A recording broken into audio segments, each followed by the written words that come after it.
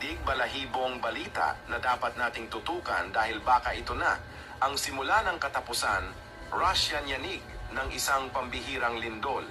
Isang lindol na umabot sa magnitude 8.8, isa sa mga pinakamalakas sa kasaysayan ng kanilang bansa. Hindi sanay ang mga Russian sa ganitong dilubyo dahil bihira, sobrang bihira tamaan ang kanilang lupa ng ganong kalakas na pagyanig. Pero ngayong araw, inalog-alog ang kanilang mga gusali, umagsak ang mga estruktura, nayanig ang buong kalupaan at hindi lang doon nagtapos. Ang dagat ay gumanti. Isang tsunami ang umatake sa mga baybaying lugar. Inanod ang mga kabahayan, sinira ang kabuhayan. Pero ang kinatatakutan ng mga eksperto ay hindi lang ang pinsala sa Russia. Ang lindol mula Russia ay nagbunga ng tsunami na tumawid papuntang Japan. At ito raw ang senyales ng pagising ng The Big One.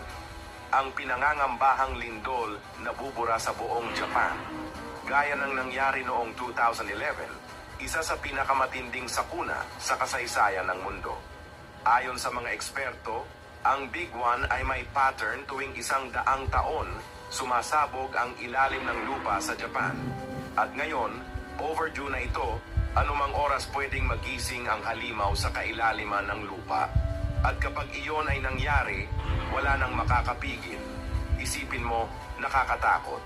Alam mong kahit anong oras, pwedeng lamunin ang lupa ang kinatatayuan mo. Kaya, habang may pagkakataon ka pa, humingi ng tawad sa Panginoon dahil siya lang ang tunay na kaligtasan. I-share ang video na ito kasama ang iyong panalangin.